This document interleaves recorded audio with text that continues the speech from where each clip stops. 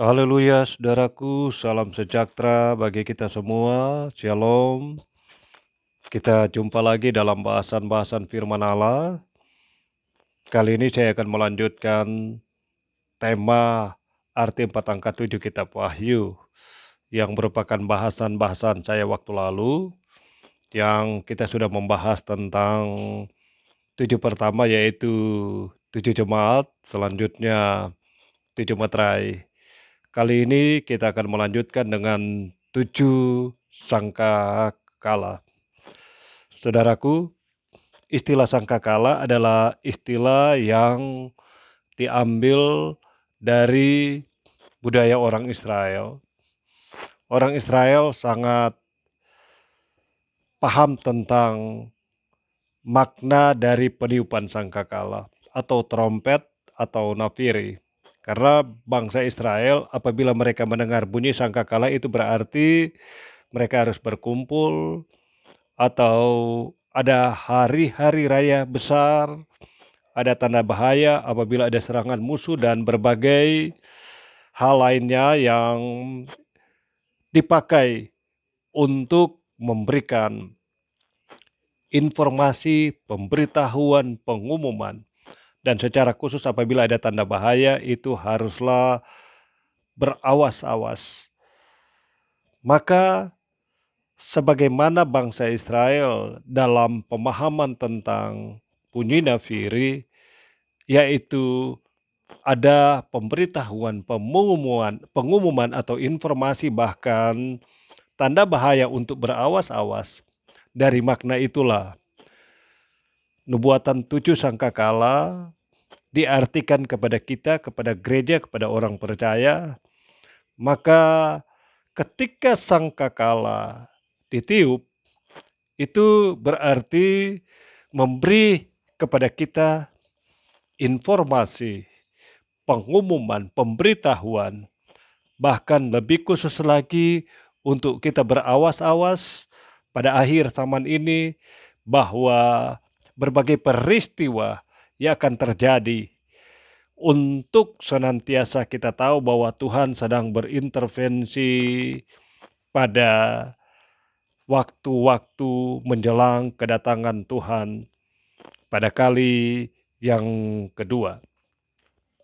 Saudaraku, kenapa ini penting?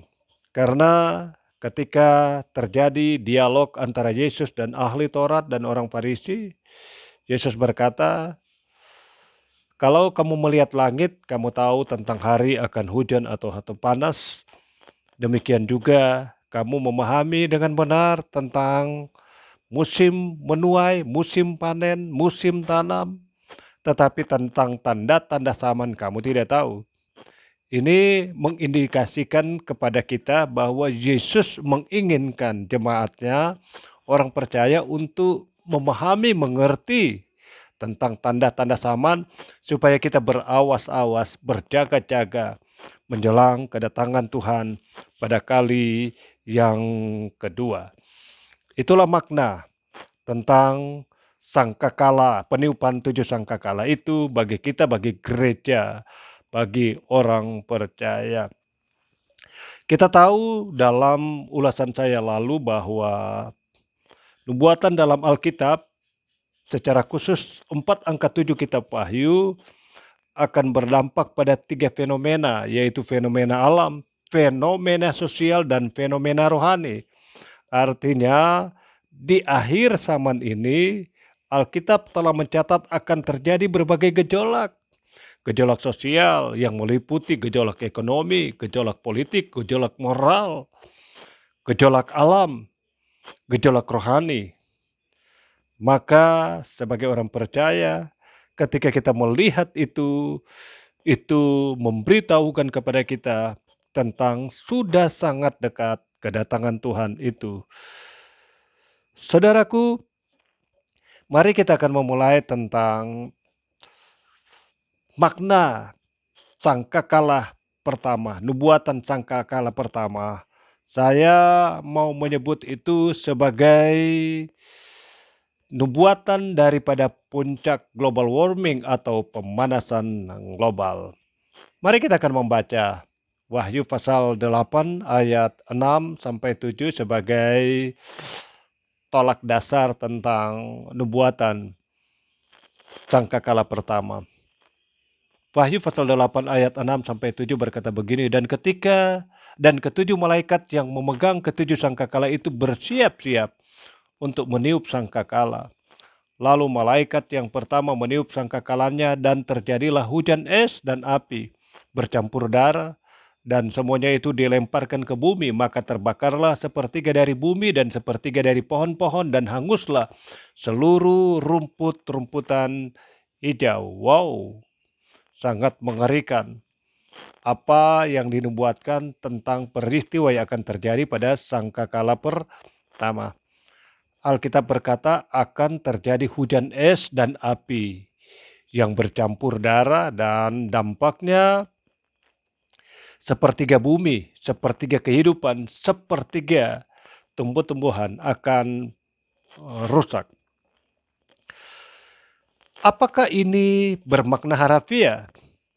Ya, tentu tidak, karena kitab Wahyu secara umum mengandung simbol, istilah-istilah yang tidak begitu mudah untuk kita pahami. Maka di sini kita coba menyingkap apa sih makna dari sangkakala pertama tentang hujan es, bahwa itu kita tidak akan melihat hujan es dan hujan api yang bercampur darah. Untuk itu kita perlu melihat fakta hari ini dari berbagai hal yang sedang kita alami, kita lihat, kita dengar, dan kita rasakan.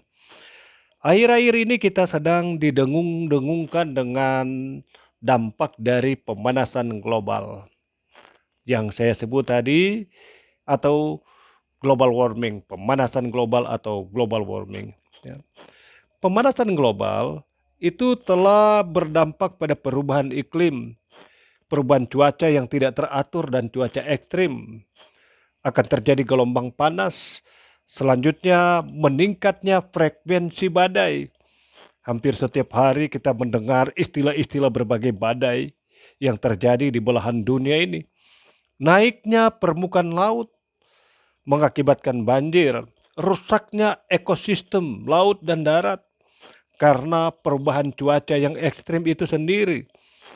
Terjadi kekeringan, kebakaran hutan, dan berbagai hal lain lagi yang diakibatkan oleh pemanasan global itu sendiri.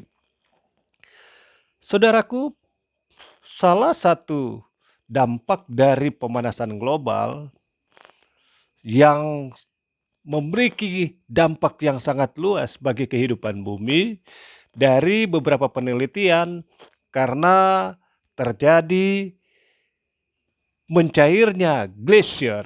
Apa itu glasier?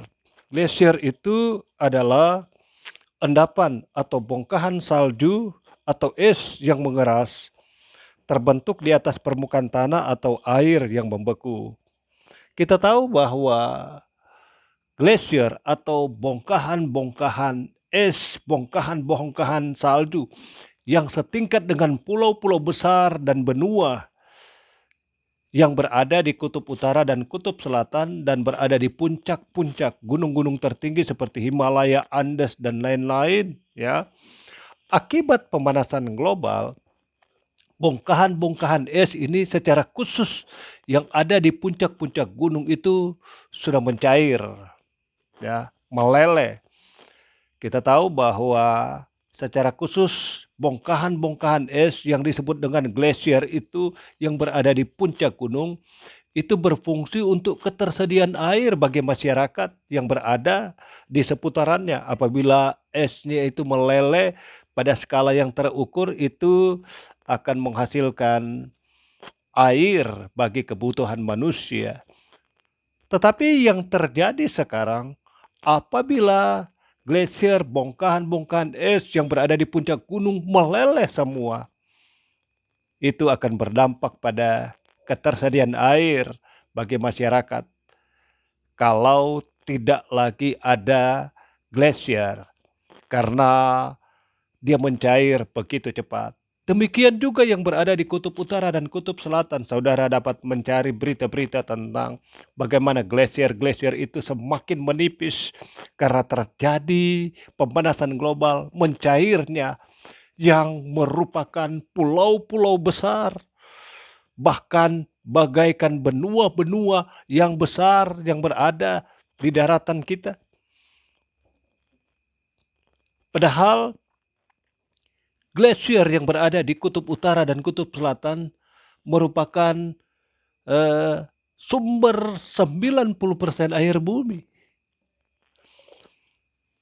Tapi kalau dia meleleh, maka akan terjadi peningkatan air laut. Maka itu yang kita dengar.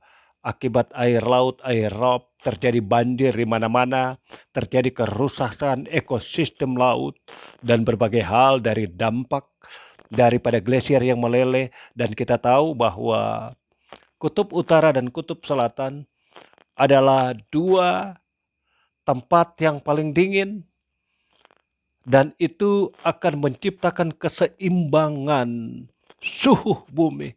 Tapi apabila itu meleleh, apa yang terjadi dengan suhu bumi? Maka kita mengenal dengan suhu ekstrim itu sendiri. Itulah yang dimaksud firman Allah tentang akan terjadi hujan es, lelehan glasier yang begitu besar, yang sebenarnya berfungsi untuk menjaga kestabilan suhu bumi, berfungsi secara khusus glasier-glasier yang berada di puncak gunung untuk menyediakan ketersediaan air masyarakat setempat. Tapi kalau itu dia meleleh, itu akan berdampak fatal terhadap kehidupan yang berada di seputarnya. Itulah yang dimaksud dengan hujan es dalam nubuatan sangkakala pertama. Bagaimana dengan hujan api? Dampak daripada pemanasan global akan menciptakan gelombang-gelombang panas. Kalau apa yang membedakan pemanasan global dan gelombang panas? Pemanasan global artinya telah terjadi kenaikan suhu secara menyeluruh, secara mengglobal di seluruh dunia. Suhu yang tidak berada pada keadaan yang normal. Itu mengakibatkan gelombang panas pada tempat-tempat tertentu, wilayah-wilayah tertentu. Fakta telah menjelaskan air-air ini pernah terjadi di India, pernah terjadi di Amerika, pernah terjadi di Rusia, pernah terjadi di Australia, yang akibat dari gelombang panas suhu bisa mencapai 40 derajat Celcius, bukan standar kehidupan yang layak bagi manusia. Karena fakta itu bahkan mereka bisa menggoreng telur di bawah terik panas matahari. Ya, bahkan ada beberapa fakta mengatakan bahwa jalan-jalan aspal meleleh akibat suhu yang begitu panas. Dan akibatnya ada ribuan bahkan puluhan ribu dari fakta yang mencatat tentang kematian yang terjadi di India, di Rusia, di Australia, di Amerika, di Eropa, dan beberapa belahan lain dari akibat dari gelombang panas itu sendiri. Maka saya mengatakan gelombang panas itu merupakan indikasi yang dijelaskan dari sangkakala pertama sebagai hujan api. Kenapa disebut hujan es dan hujan api bercampur darah? Itu berbicara tentang korban. Dampak dari hujan es dan hujan api, dampak dari global warming telah memicu begitu banyak korban. Baik korban manusia, korban binatang sebagai bagian dari ekosistem, korban daripada tumbuh-tumbuhan yang kita udah dengar akhir-akhir ini. Maka saya berkata global warming adalah nubuatan tentang sangkakala pertama. Menjadi pertanyaan, Apakah global warming yang sedang terjadi, pemanasan global yang terjadi, yang telah berdampak pada kematian ratusan ribu orang, dikalkulasi dari apa yang terjadi di seluruh dunia, itu sudah merupakan nubuatan sangkakala pertama? Saya berkata tidak. Kenapa? Karena seperti judul kita, puncak global warming. Artinya, pada waktu-waktu ke depan, pemanasan global ini akan eskalasinya lebih meningkat. Maka firman Allah berkata untuk memberi kriteria pada sangkakala pertama dia harus berdampak pada sepertiga bumi. Maka nubuatan sangkakala pertama itu akan terjadi pada puncak global warming. Maka ketika kita mendengar kematian di mana-mana, kebakaran melanda bahkan daerah-daerah yang mustahil terjadi kebakaran hutan, bahkan rumputan di seluruh dunia mulai hangus terbakar, itu adalah puncak global warming, penggenapan dari nubuatan sangkakala pertama. Saya percaya kebenaran ini memberi kita pengertian, pemahaman tentang nubuatan-nubuatan itu sendiri berdasarkan fakta yang saya angkat tadi. Saudara bisa mengakses lebih jauh tentang berbagai fakta yang sedang terjadi. Tetapi sekali lagi, fungsi dari penipuan sangkakala untuk memberitahu kepada kita, kepada gereja, kepada orang percaya, untuk kita lebih berawas-awas lagi, kita berjaga-jaga bahwa saat-saat ini kedatangan Tuhan sungguh tidak lama lagi. Tuhan Yesus memberkati.